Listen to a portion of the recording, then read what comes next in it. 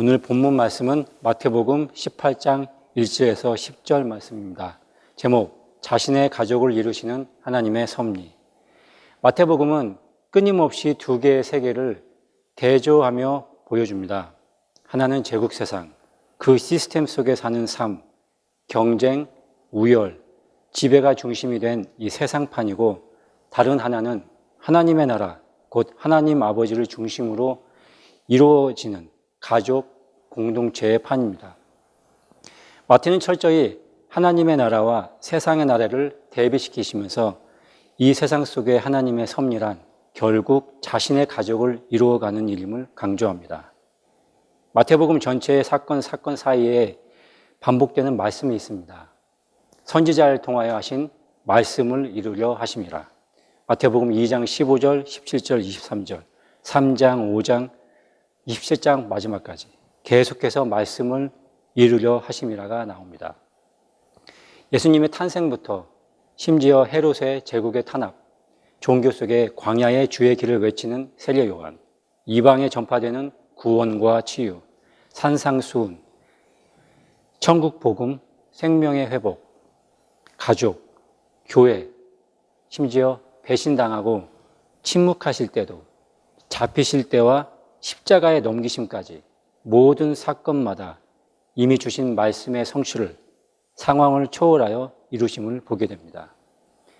그분은 아버지의 뜻, 섭리와 함께 이 땅에 하나님의 나라, 그 높은 차원의 인격을 사시고 나누는 말씀 자체이셨습니다. 마태복음의 핵심은 하늘 가족의 아이덴티티에 있습니다.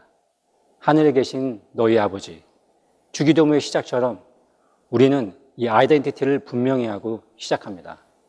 하늘에 계신 우리 아버지, 그리고 우리 모두 이렇게 고백합니다.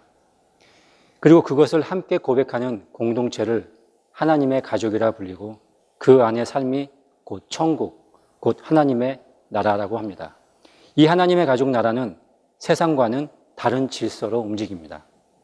이 가족을 이루는 핵심에는 어린아이와 같은 마음, 즉 순전함, 신뢰, 사랑받고자 하는 마음, 있는 그대로의 그 존중과 그 자존감에 있습니다. 이 하나님의 가족은 결코 혈육으로 이루어지지 않습니다. 스가랴 4장 6절 말씀에 이는 힘으로도 되지 아니하며 능력으로도 되지 아니하고 오직 나의 영으로 되느니라 하십니다. 본문 말씀으로 들어가겠습니다. 18장 1절 말씀. 그때 제자들이 예수께 나와 이르되 천국에서는 누가 크니이까? 여기서 그때에는 17장에서 예수님이 성전세 문제와 실족에 관한 말씀을 다루신 직후를 말합니다.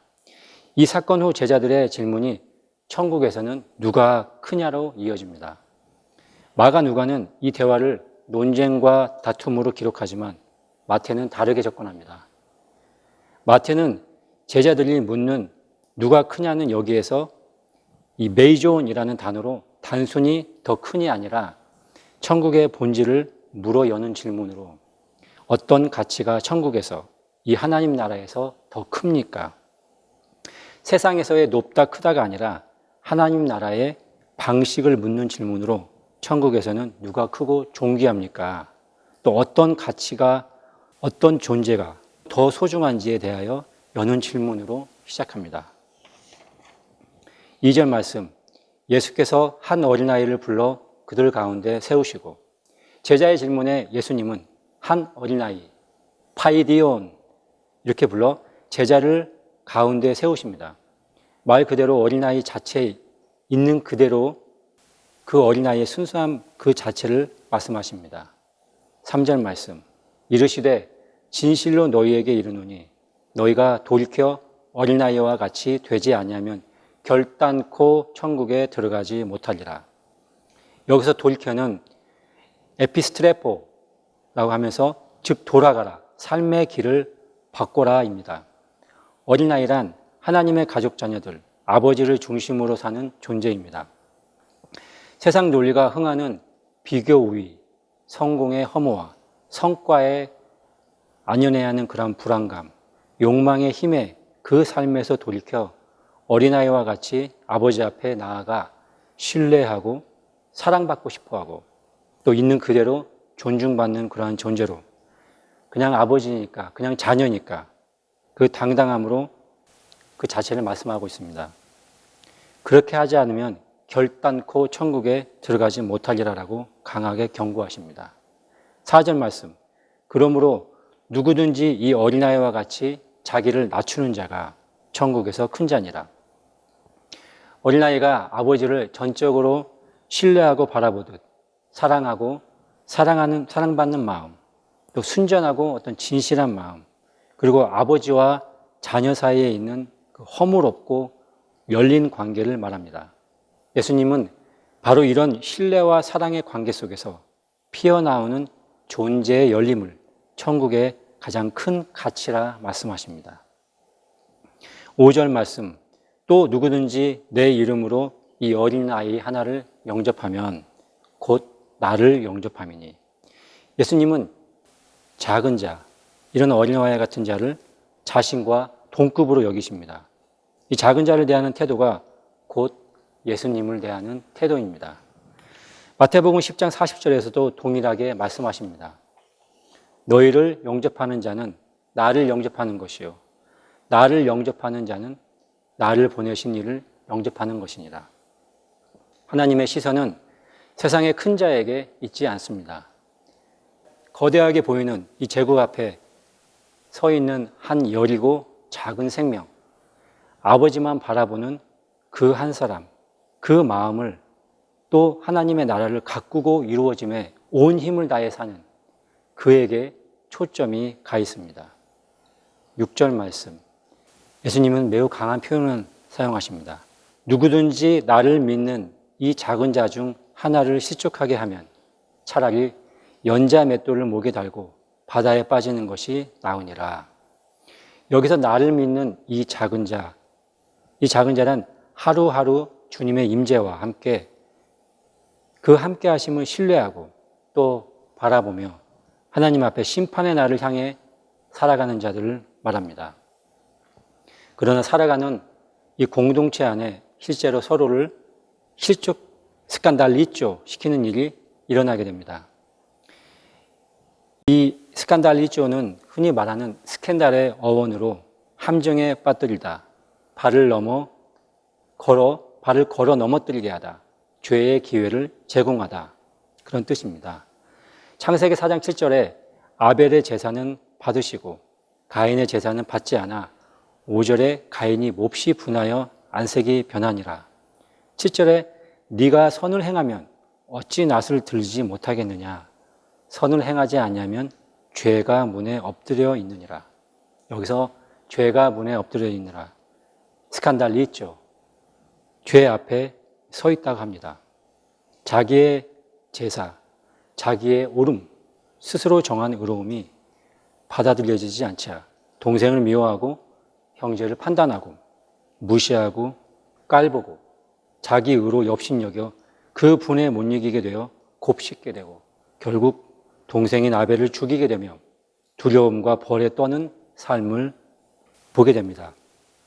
이 실족의 끝자락의 결국을 잘 아시는 예수님은 이런 일에 명확히 선을 그어 강하게 말씀하십니다. 이 벌써 교회 안에 어린아이 되지 않고 자기 오름으로 무시하며 교회로 모여서 어떤 일에 자기를 높이고 형제자매 실족해하는 자에게 엄히 경고하십니다. 7절 말씀, 실족하게 하는 일들이 있음으로 말미암아 세상에 화가 있도다. 실족하게 하는 일이 없을 수 없으나 실족하게 하는 그 사람에게는 화가 있으리라. 실족, 실족, 실족 3번이죠. 성경에서는 3번은 완전한 숫자이죠. 정말 완전히 하면 안 된다. 그러니 거기에 화가 있고 심판이 있다. 그러니 결코 그렇게 하지 말아라. 이 세상, 이 제국주의의 근본에는 실족이 있습니다. 그로 인해 이 세상엔 화, 즉 심판이 있다라고 분명히 말씀하십니다. 하나님의 분명한 섭리를 세상의 상황에 또 현상에 붙들려 그냥 무시하고 패해버리는 그런 삶을 말씀하십니다.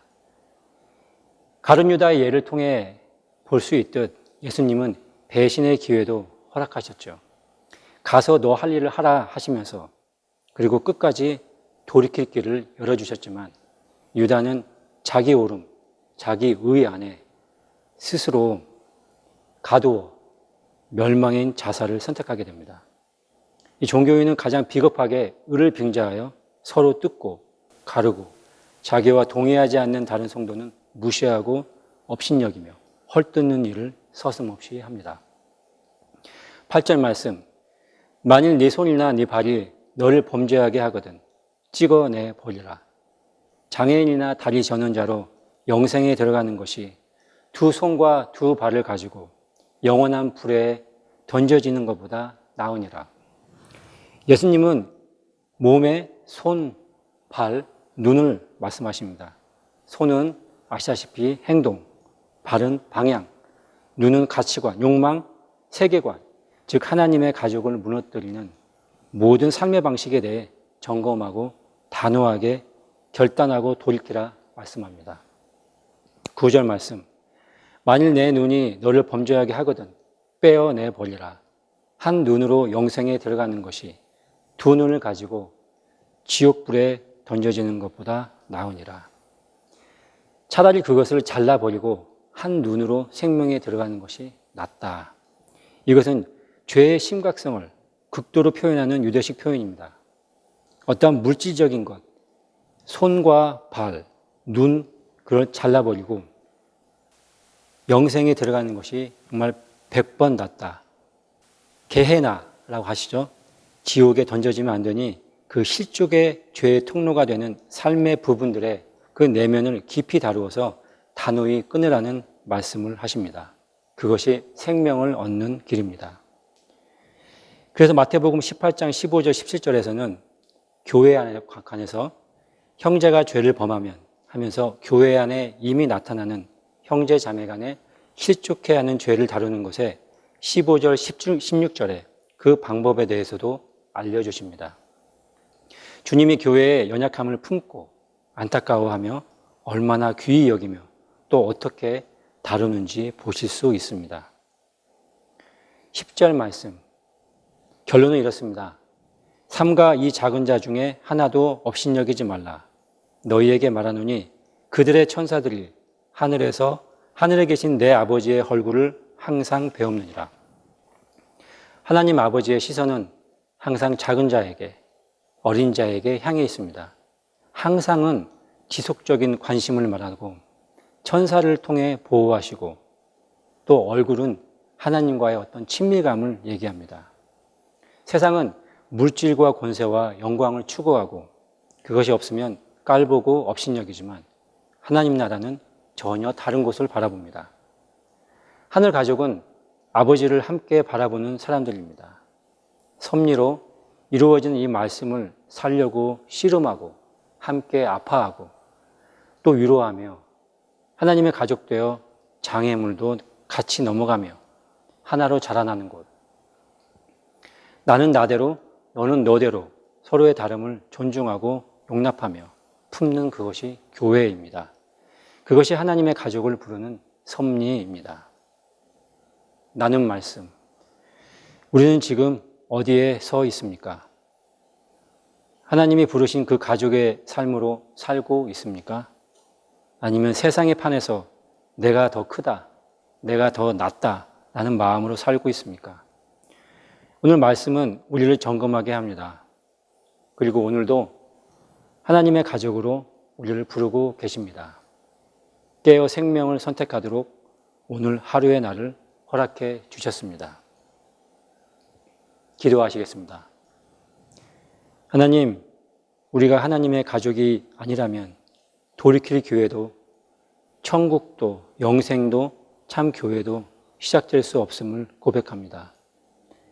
부르신 우리의 삶과 가정과 1820 데일리 브레드 안에서 매일 하루를 천국으로 가꾸는 하루가 되게 인도하여 주옵소서. 예수님의 이름으로 기도합니다. 아멘.